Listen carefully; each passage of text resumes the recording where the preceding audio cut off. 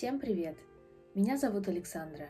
Сегодня я покажу, точнее начну показывать, как я делала декор для своего новогоднего мини-каминчика. Новогодние праздники уже прошли, но я решила все-таки сделать это видео. Во-первых, потому что с тех пор, как вышло видео с камином, мне начали и продолжают до сих пор поступать вопросы о том, как же сделать именно декор. Это очень приятно, спасибо вам за эти вопросы. И во-вторых, я подумала, что до следующего года я, скорее всего, забуду, как я все это делала, поэтому решила сделать это сейчас, сразу по свежим следам. Видео я решила разбить на две части, всего элементов декора 6. Вот я решила сделать два видео по 3 штуки, поэтому сегодня мы с вами делаем веночек, подсвечник и елочку. Ну что, давайте это сделаем. Начать я решила с веночка, и для него нужна основа. Ее я тоже буду делать сама. Просто беру джутовый шнур, завязываю узелок и длинный хвостик обкручиваю вокруг вот этого получившегося колечка. Точную длину шнура я не могу сказать, потому что я делала все на глаз. Она зависит от диаметра вашего колечка, от толщины, которую вы хотите получить в итоге. Я добавляла, наверное, 3 кусочка, доклеивала к своему джуту. Делайте его, закручивайте, пока вас не устроит толщина и плотность. Чем больше оборотов вы сделаете, тем плотнее будет ваша основа. Моя основа в диаметре была где-то около 4 сантиметров.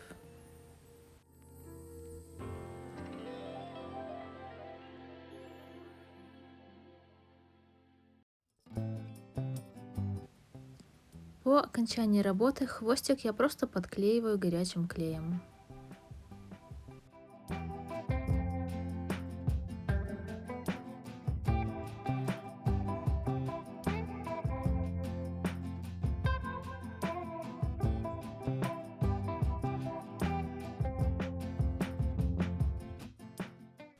Основа готова, теперь можно приступать к декору. В работе я буду использовать искусственные веточки, которые я покупала когда-то в фикс-прайсе, душистый перец горошком, который я покрасила в красный цвет красной акриловой краской, и также пшено. Выбор материалов объясню чуть-чуть попозже. Сначала я нарезаю листики со своих пластиковых веточек и прикладываю их так, как мне хочется, чтобы выглядел венок. Сначала я приклеиваю свои листики по внешнему, затем и по внутреннему кругу елочкой, для того, чтобы сформировать основную форму и направление материалов. Так мне будет проще работать дальше.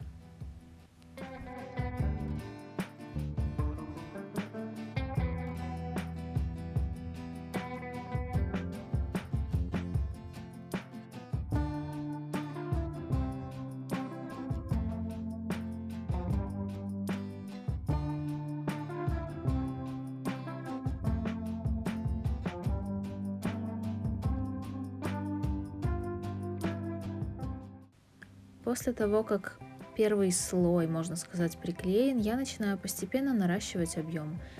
Также елочкой доклеиваю свои листики по всему кругу. Поначалу у меня был очень сильно виден термоклей, потому что не везде получалось засунуть ножку листочка между джутом. Но постепенно, чем больше листиков я приклеивала, тем меньше и меньше становилось видно термоклей. В итоге у меня его не видно вообще.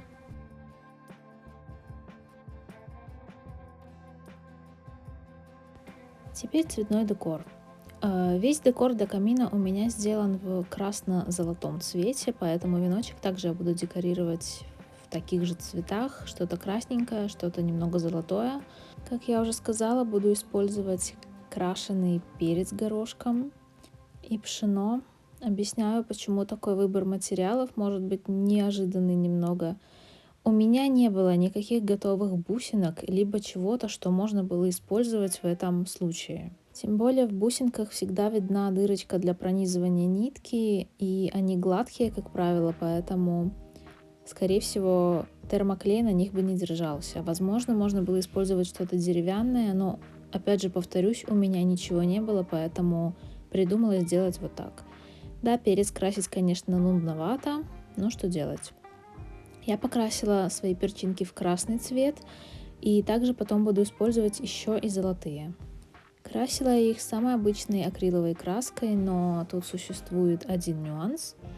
Моя красная краска, видимо, впитывалась в перец, поэтому одного слоя мне было мало. Как видите, они получились такие темно-бордовые, где-то совсем черные, поэтому по окончании наклеивания всех бусинок, всего декора, я подкрашивала еще раз вторым слоем уже на веночке бусинки красного цвета. Что касается пшена, его я использовала, потому что мне нужно было что-то мельче перца. И что-то мельче перца найти было тем более труднее. Возможно, какой-то бисер мог подойти, еще что-то, но у меня ничего не было похожего по цвету. И опять же в бисере есть дырочка, которая будет все равно видна. Мне этого не хотелось. А пшенка хорошо клеится. И по цвету она подходит, поэтому я решила использовать ее. Еще я считаю, что в любой работе, будь то букет, композиция в какой-то коробке, венок или еще что-то, разноразмерность материалов всегда смотрится лучше, чем когда материалы одного размера. Поэтому здесь, конечно же, я тоже не могла проигнорировать этот факт. Я также доклеила несколько частей другой пластиковой веточки, они в виде сердечек, и приклеила красный бантик. После этого мне осталось только подкрасить красным перчинки, и на этом мой веночек был готов. Еще раз повторюсь, что материалы для декора веночка и всего остального можно выбирать самые-самые разные. Если у вас есть что-то подходящее, вам не нужно будет так заморачиваться над покраской перца или еще чего-то, просто берете что-то готовое и наклеиваете. Да, и кстати, по итогу диаметр готового веночка составил 5 сантиметров. Далее я приступаю к подсвечнику. Сначала я решила сделать свечки, их будет 3. За основу я взяла кусочки деревянной шпажки 1,5, 1,8 и 2,2 сантиметра. Но мне хотелось, чтобы мои свечки были толще в диаметре, поэтому я беру полоски бумаги высотой такой же, как кусочек шпажки, и скручиваю их цилиндром вокруг основы. Длина полосок бумаги около 9 сантиметров, но она зависит уже от того, какой толщины вы хотите, чтобы были ваши свечки. Сейчас я подумала, что шпажки можно было вообще не использовать, а просто сделать цилиндры из кусочков бумаги, но не знаю, я почему-то решила сделать так.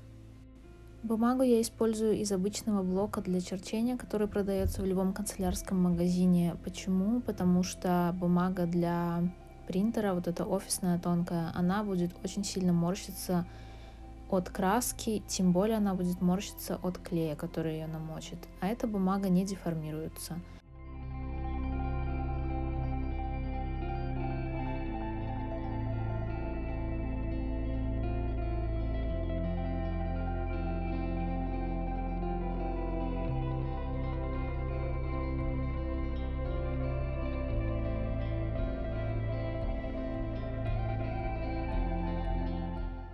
Сами свечки уже готовы, но мне, конечно же, этого было мало, поэтому я хотела сделать еще вот такие подтеки воска и огонек. Итак, сначала мы делаем подтеки воска. Для этого я капала капельку клея на верхнюю часть свечки, и пока клей не застыл, носиком размазывала его вниз немного по свечке.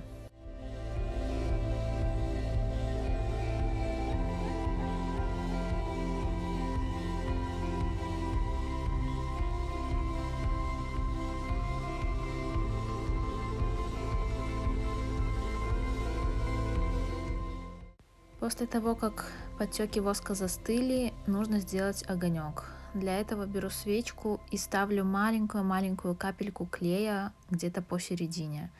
Теперь, пока клей не засох, не застыл, нужно вытянуть его в форме огонька. Это я делала тонкой проволокой, можно сделать это зубочисткой или чем-то таким еще остреньким. И затем нужно обрезать вот этот хвостик вытянувшийся. Таким образом получается что-то похожее на огонечек. Свечки готовы, теперь сам подсвечник. Для него я вырезала 2 кружочка из картона диаметром почти 3 см и почти 1,5 см. Вырезала на глаз. А также 2 тонкие полоски той же бумаги, чтобы закрыть ими срез картона. Мне не нравится, когда это все видно, поэтому я его всегда стараюсь закрыть. Итак, полоску бумаги просто приклеиваю на срез круга.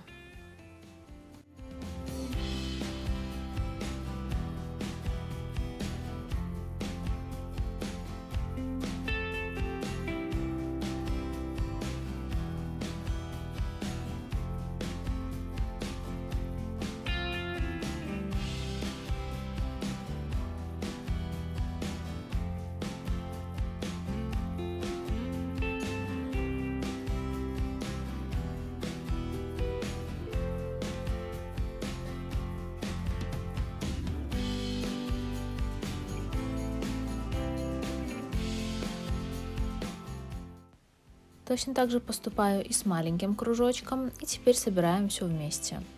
У моего круга получилась одна сторона более красивая, вторая нет, поэтому красивую сторону я делаю вниз, то есть ножку приклеиваю к ней. Верхнюю сторону некрасивую мы закроем декором. Итак, кусочек деревянной шпажки. У меня он был высотой где-то почти 2 сантиметра, наверное. Я приклеиваю в центр круга. И маленький кружочек также центром приклеиваю к другой стороне шпажки. Получается такой как бы маленький столик. И когда будете склеивать все, проверьте, чтобы он у вас стоял. Потому что я когда делала подсвечник для камина, тот первый, он у меня падал, потому что я никак не могла почему-то приклеить шпажку ровно, перпендикулярно основанию.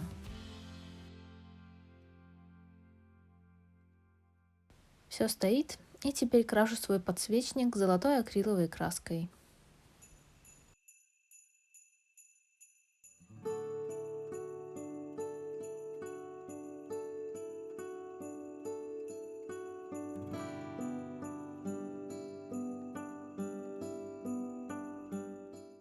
Свечки я крашу белым цветом, белой матовой краской. Крашу и воск, и саму свечку, чтобы все-таки оно все было одного цвета.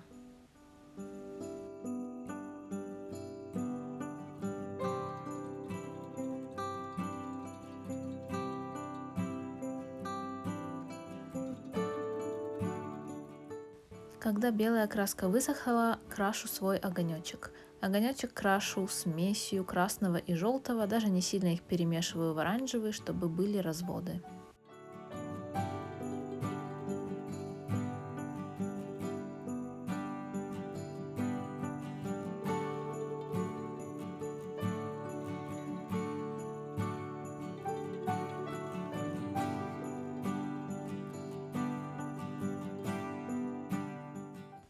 Оставляю все хорошо просохнуть, и вот такие свечки и подсвечник у меня получаются. Теперь приступаю к сборке всего вместе. По диаметру подсвечника, по кругу, я хочу, чтобы у меня была елочная гирлянда. Ее я делаю из гофрированной бумаги. Заготовки будут выглядеть вот таким образом. Отрезаю кусочек бумаги, хорошо растягиваю, складываю в несколько раз и мелко-мелко нарезаю.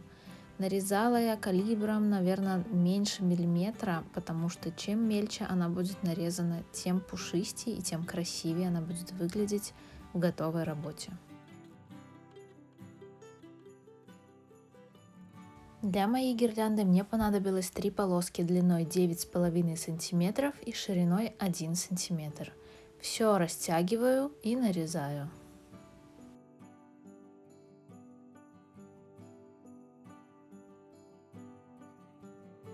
Чтобы гирлянда была похожа на елочную, также я подкрутила всю вот эту бахрому, которую я нарезала.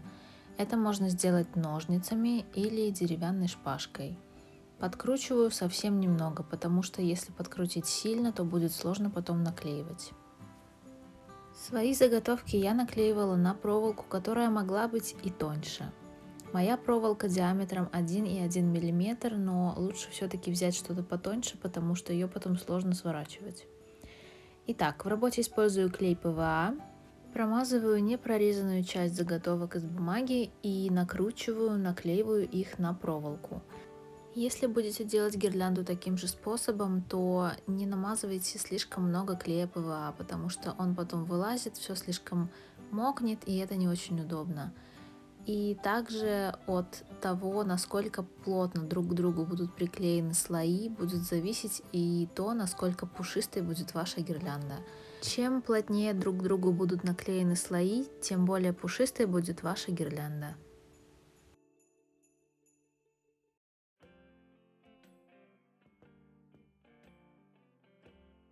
Итак, я наклеила все 3 заготовки на проволоку, и длина гирлянды у меня получилась где-то 9-9,5 сантиметров. В принципе, в конечном итоге мне ее хватило, я даже маленький кусочек отрезала. Теперь гирлянду нужно свернуть кольцом, чтобы положить по окружности подсвечника. И вот в этот момент я осознала, что проволоку надо было брать тоньше, не знаю, почему я про это не подумала раньше. Пока я ее сворачивала, много что порвалось, где-то что-то обсыпалось, и сама гирлянда очень сильно помялась. Но потом я ее распушила, в принципе не страшно, но можно просто облегчить себе задачу.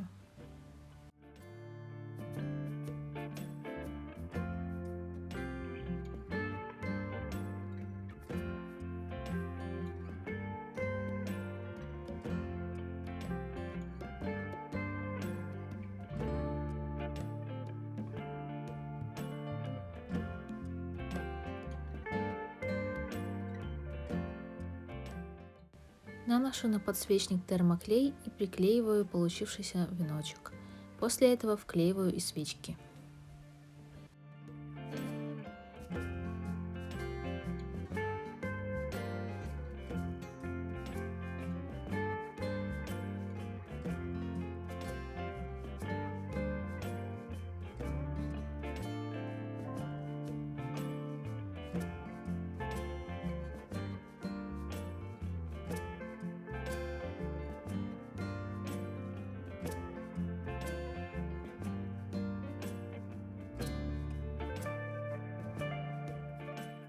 Высота подсвечника со свечками получилась 5,5 сантиметров.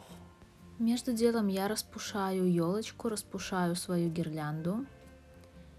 И мне остается ее только задекорировать. Это я буду делать с помощью того же пшена. Наношу совсем чуть-чуть клея и приклеиваю. Где-то по 3 штучки, где-то по 2, где-то по 1.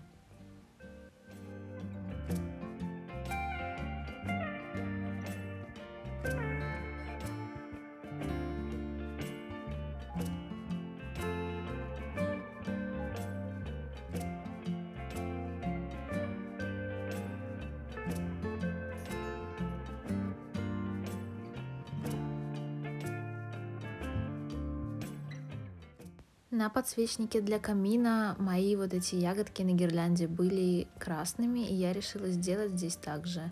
Да, беру тонкую-тонкую кисточку и начинаю их красить акриловой краской.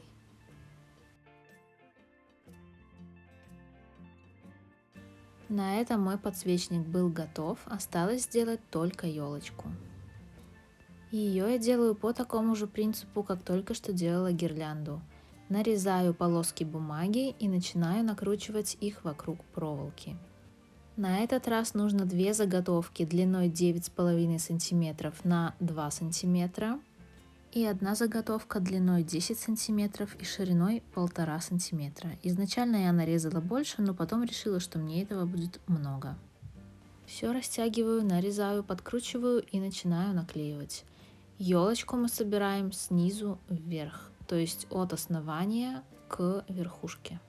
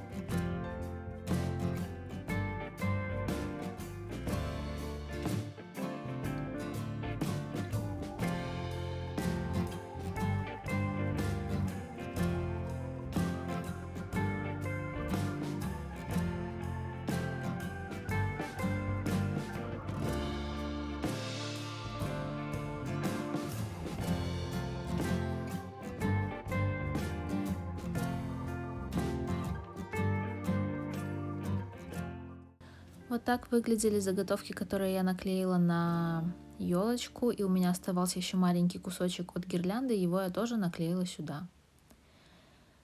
Проволокой я как бы расчесываю свою елочку, чтобы где-то что-то запуталось, все распрямить, все распушить. И начинаю подрезать, придавая своей елочке красивую форму конуса, все выравниваю, лишнее убираю.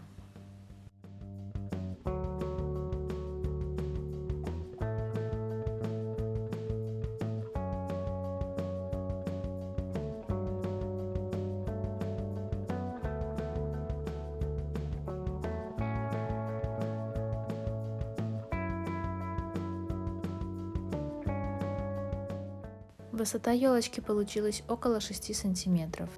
Теперь я срезаю ее с проволоки и приделываю верхушку. Для верхушки я вырезала 2 звездочки из бумаги и сейчас буду склеивать их вместе. Склеиваю вместе только сами звездочки, ножку буду приклеивать к елочке.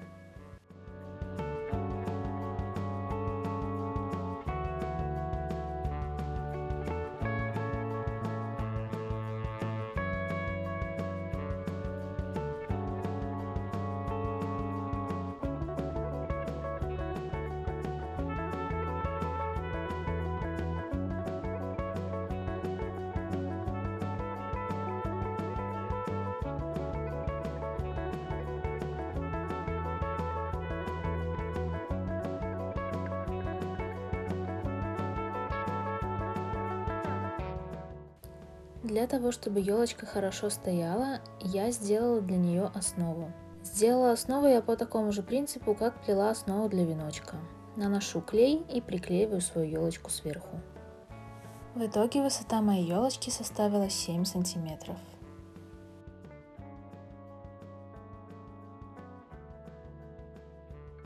И теперь можно декорировать. В работе также использую покрашенный перец, пшено и искусственные веточки.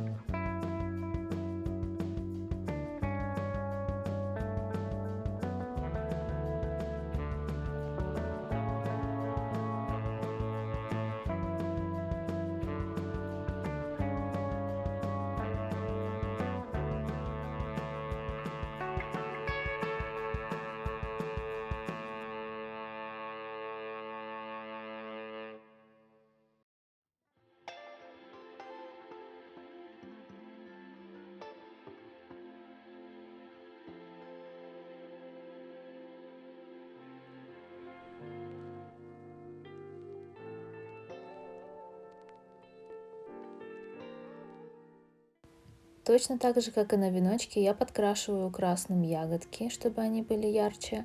Подкрашиваю красным и золотым цветом, а также крашу звездочку. Ее я решила сделать тоже золотой.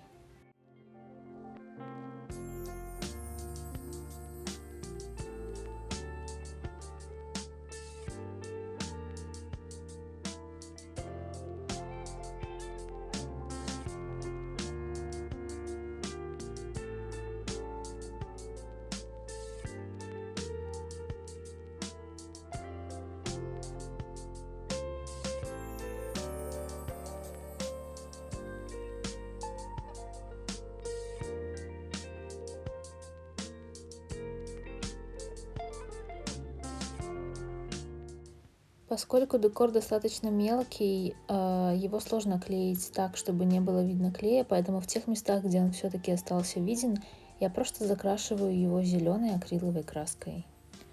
Ну и вот такая елочка у меня получается в итоге. А как все декоративные элементы смотрятся на самом камине, можно увидеть, пройдя по ссылкам в описании на мастер-класс по самому камину или в любой из моих соцсетей. И вот что получилось у меня. Я уверена, что такой декор можно сделать из самых разных материалов, любого, конечно же, цвета, размера, который вам нужен и так далее. Я решила сделать его сама, потому что, во-первых, у меня не было никаких готовых деталек, никаких готовых, не знаю, деталей от игрушек, чего-то покупного и так далее. Во-вторых, мне было просто интересно попробовать свои силы в этом, потому что миниатюру такую я никогда не делала раньше.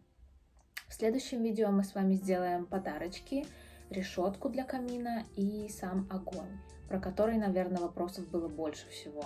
Так что увидимся с вами в следующем видео. До новых встреч!